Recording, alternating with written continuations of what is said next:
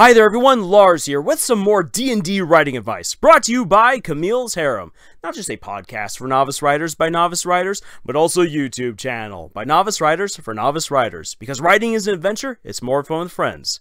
And today I want to talk about why you should consider setting your campaign inside a city.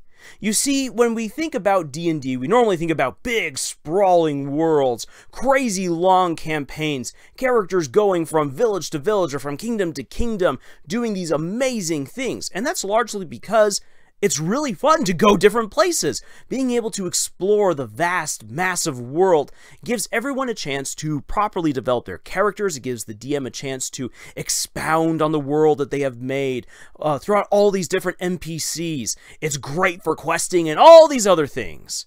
However, that means that we overlook the real potential in having a campaign set within a city.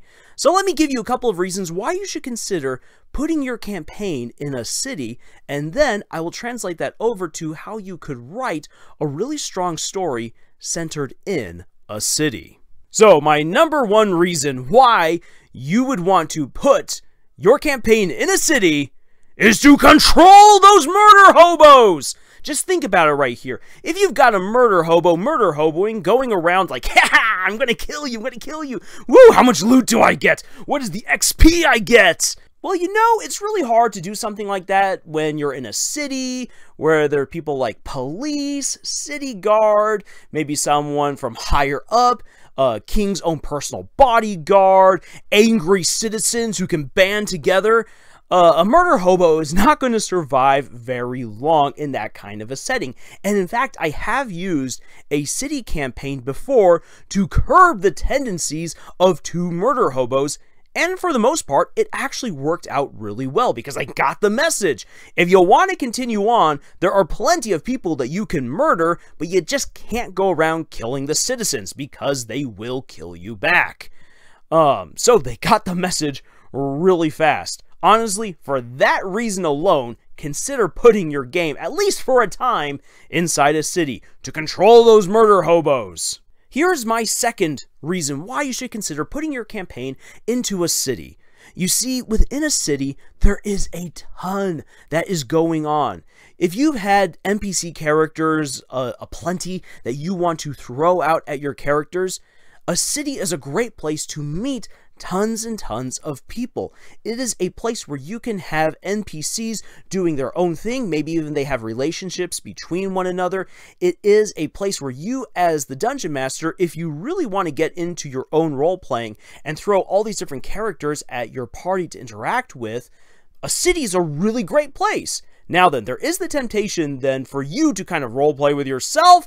That's kind of awkward, both in all the different kinds of ways that I could imply right there. You need to remember that as the dungeon master, your job is to create a world and introduce a story for the players and their characters to interact with, and that together you create the story. But if you're looking to create a story with your players that has many, many different characters to interact with, the city is one of your best bets. My third reason for why you would consider to put your campaign in a city is actually something geared more towards new dungeon masters.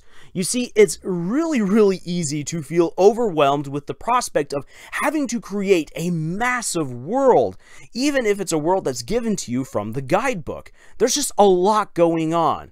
However, with a city is contained. You just need to know, okay, what's the basic layout of the city? Who are the kinds of people that are here? What's some of the business? Who are some of the big players? Quests or individuals that the players might be interested in?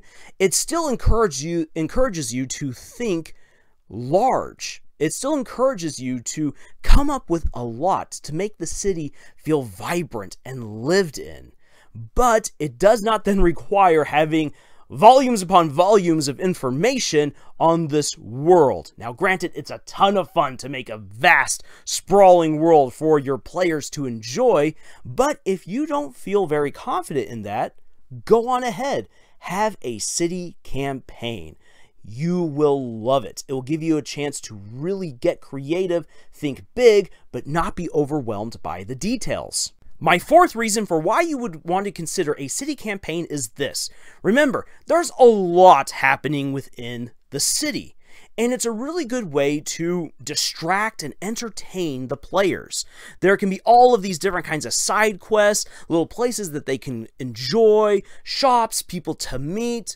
All of these things help the story feel lived in and give your characters and the players something to do other than just chase the quest. Now then, there are those parties that love to just chase the objective, and that's absolutely fine. But for players who really just kind of want to experience the world, then a city campaign is great for that.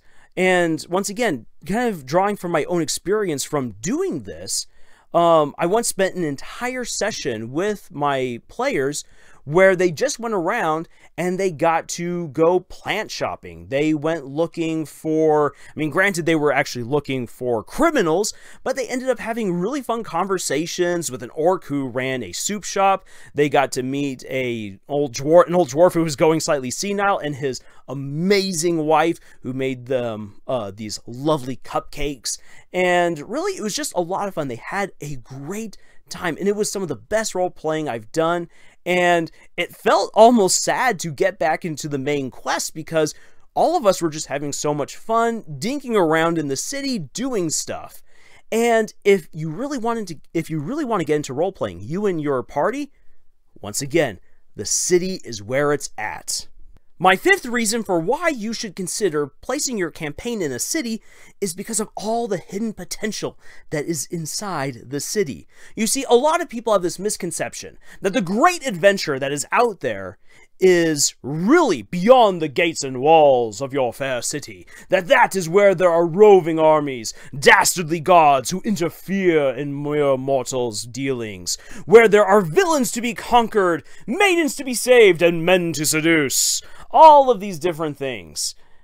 However, you can actually do all of that within a city, and it really plays off of those limited expectations because people don't really expect it.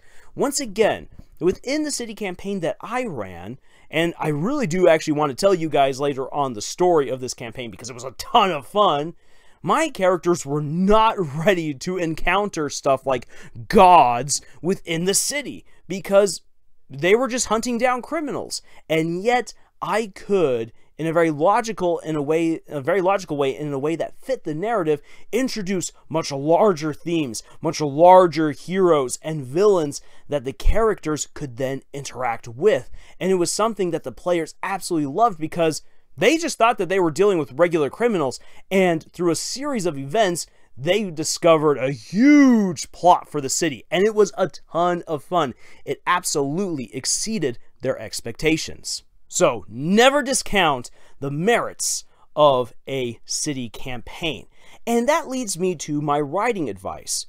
You see, one of my favorite stories is Mistborn, written by Brandon Sanderson. This should not come as a shock to anyone who has been following us for a time. I really love the works of Brandon Sanderson Senpai. However, one of the things I thought was, not exactly a misstep, but I felt like it just didn't flow quite as well, is when we move from the first Mistborn book, from the Final Empire, to the Well of Ascension. The Well of Ascension still takes place largely within the city of Luthadel, but we begin to venture out beyond the city.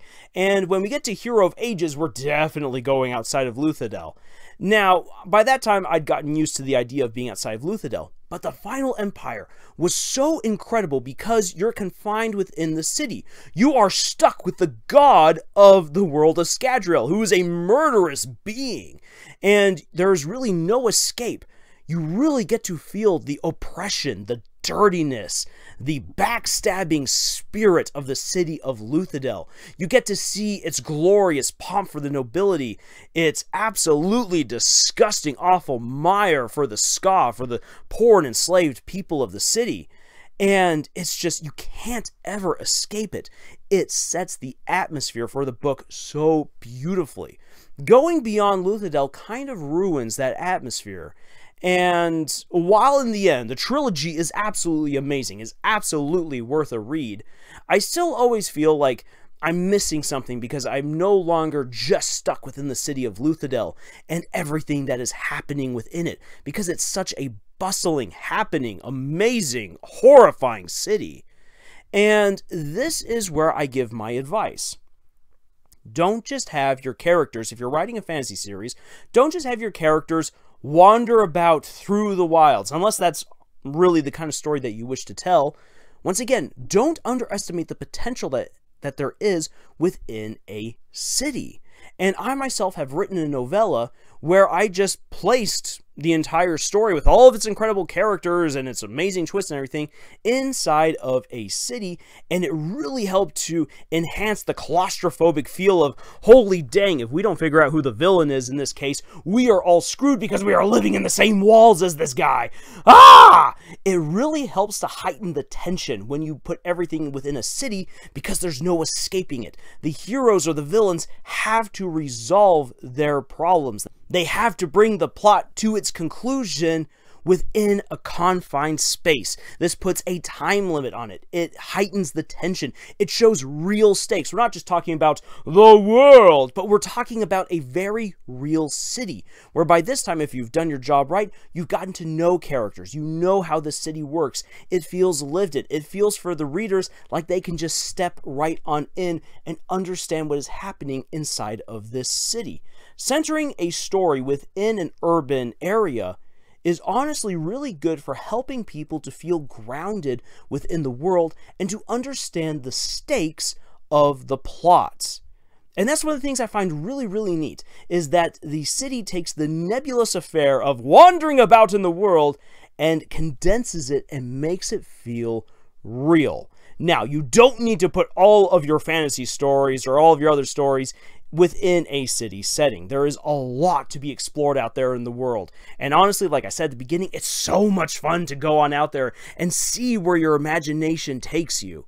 But don't discount the merits of putting a story simply within a city, because there is a ton of potential there.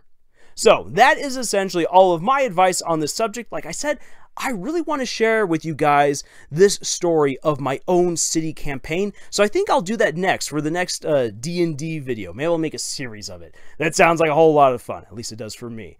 So with that being said, if you are looking for some more solid writing advice, please head on over to our podcast, Camille's Harem, found on Podbean, iTunes, Google Play, Spotify, the works. We also have our own subreddit where you can go and you can engage in discussions with the rest of us. We have writing exercises over at our Pinterest page. And really, we would just love to hear from you in any kind of way. Share with us your stories, your own adventures in writing, your concerns, your questions. We would love to be a part of it. So thank you for joining us on this adventure that we call writing. And until the next video, y'all, tschüss.